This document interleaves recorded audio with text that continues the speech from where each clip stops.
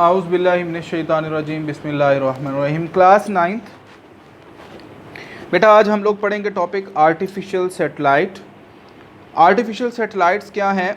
ये आर्टिफिशियली तौर पर साइंटिस्ट ने अर्थ से बाहर यानी स्पेस में भेजे हैं, जिनकी मदद से हम कम्युनिकेशन कर सकते हैं, हम लोग टेलीविज़न पर प्रोग्राम देख सकते हैं, ठीक है, मौसम का हाल जान सकते हैं। ये सारी चीज़ें ये आर्टिफिशियल सैटेलाइट्स कहलाती हैं। An object that revolves around a planet is called a satellite. ठीक है, हर वो चीज़ या जो भी चीज़ जो कि अर्थ के इर्द गिर्द चक्कर लगाती है उसको हम लोग सैटेलाइट कहते हैं। Moon revolves around the earth, so moon is natural satellite of earth. ठीक है, ये नेचुरल सैटेलाइट है कुदरती तौर पर। लेकिन फिर आर्टिफिशियल कैसे हैं? Scientist have sent many object into the space. Scientist जो है उन्होंने बहुत सी चीज़ें जो है वो स्पेस में भेजी हैं। Some of these object revolve around the earth. ठीक है, जो रिवॉल्व करे, जो रिवॉल्व नहीं करती वो सैटेलाइट नहीं है।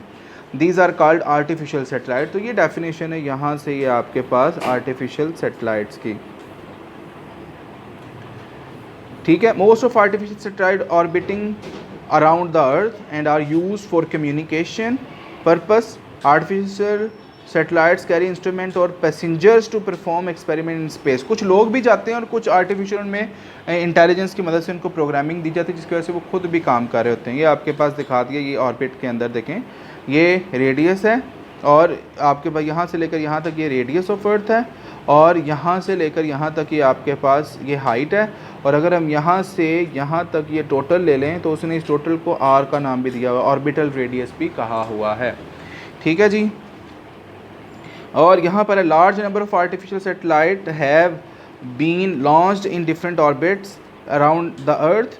दे take different time to complete their. जितना करीब होगा उतना कम टाइम लगेगा, जितना अर्थ से दूर जाते जाएंगे सैटेलाइट उतना ही उनको ज़्यादा जो है वो रेडियस वाले सर्कल में घूमना पड़ेगा, इसलिए उनको ज़्यादा टाइम लगेगा एक रेवोल्यूशन कंप्लीट करने में, एक चक्कर कंप्लीट करने। Complete their revolution around the earth depending upon their distance. मैंने पहले कहा जितना यहाँ से डिस्टेंस ज़्यादा होता चला जाएगा ना, दूर जाता है, उतना उसको बड़ा चक्कर काटना पड़ेगा, तो आपके पास क्या होगा, उतना उसको ज़्यादा टाइम लगेगा। कम्युनिकेशन सैटेलाइट्स, अब कम्युनिकेशन सैटेलाइट देखें कितना टाइम लेती हैं।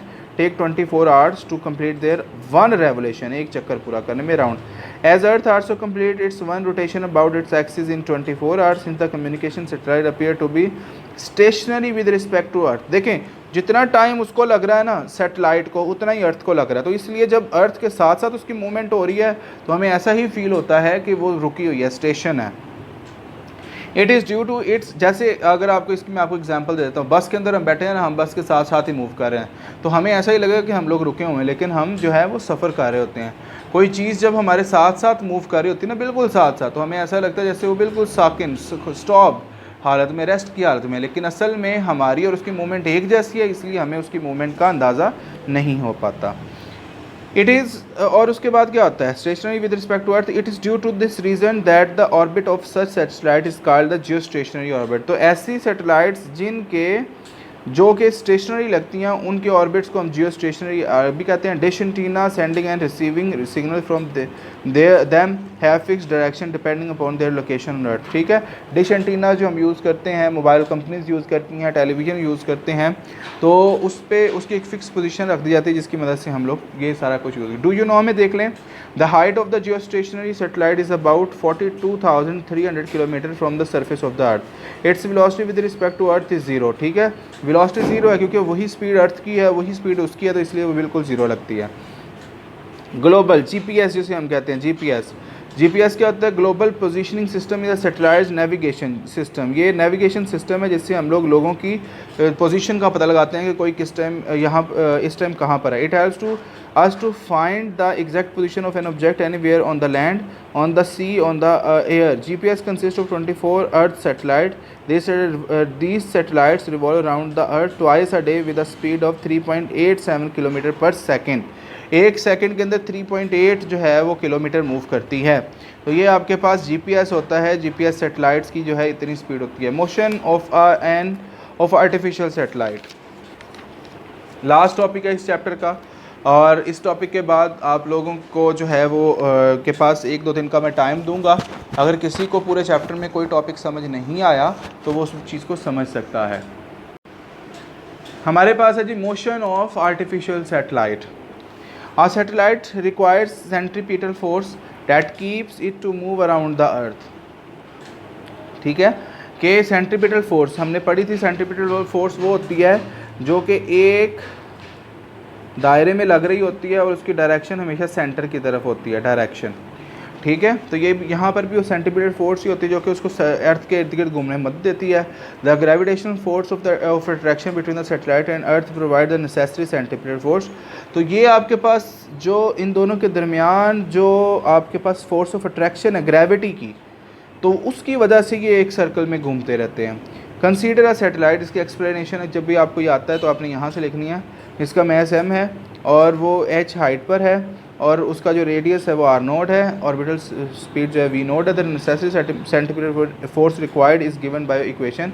ये आप हमने सेंट्रीपिटल फोर्स का फार्मूला पढ़ा था, F is equal to mv²/r। ठीक है, ये सेंट्रीपिटल फोर्स का फार्मूला होता है।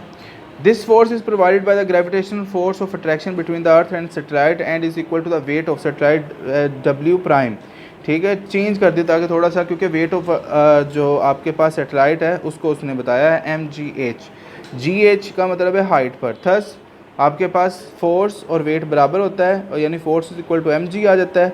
हमने m की जगह पर यहाँ पर पुट कर दिया तो f की जगह पर यहाँ पर mg पुट कर दिया, m से कैंसिल, तो g is equal to v²/r। gh is equal to v0²/r0। ये आ जाएगा आपके पास। ये यहाँ पर डिवाइड जाए मल्टीप्लाई तो v आ गया, दोनों तरफ स्क्वायर रूट ले लें तो v is equal to square root ये आ गया। अब आपके पास सैटेलाइट जो है ना वो कुछ हाइट पर है, यानी यहाँ से यहाँ तक तो r है, लेकिन यहाँ ऊपर जो h है वो हमने यहाँ पर r को चेंज कर दिया, r0 को r+h में। ठीक है, ये कैपिटल R था, r+h हो गया, तो ये हमने पुट कर दिया जी। ये हमारे पास इस इक्वेशन की मदद से हम लोग फाइंड कर सकते हैं कि किसी भी जो स्पीड, ऑर्बिटल स्पीड फाइंड कर सकते हैं किसी भी सैटेलाइट की, अगर हमें उसका रेडियस पता हो और उसकी वहाँ पर उस पर लगने वाली ग्रेविटी की फ़ोर्स पता हो, यानी 10 से कम जितनी है या ज़्यादा है कितनी लग रही है, तो वो अगर हमें पता हो। A satellite revolving around very close to the earth, जो बहुत क्लोज होती हैं ना उसकी ऑर्बिटल स्पीड कितनी होती है 8 किलोमीटर पर सेकेंड और 29,000 किलोमीटर पर आवर। ठीक है, तो ये इतनी हो सकती है। तो ये हमारा लास्ट टॉपिक था बेटा, ये ख़त्म हो गया है। इस चैप्टर में अभी तक आप लोगों को कोई प्रॉब्लम हो तो वो आप लोग मुझे बताएं ताकि हम उस टॉपिक को दोबारा रिवाइज़ करें। और इस चैप्टर के 1 से 2 दिन के बाद अब हम इसका लेक्चर अपलोड करेंगे और अगर आपको किसी किस्म की प्रॉब्लम होगी तो हम उसको डिस्कस करेंगे। इसके बाद हम लोग इसकी एक्सरसाइज और न्यूमेरिकल करेंगे। तो लेक्चर्स को पढ़ें, सुने और जो टॉपिक नहीं समझ आता उसका सर कामिल को बताएं ताकि हम उसको दोबारा कर सकें।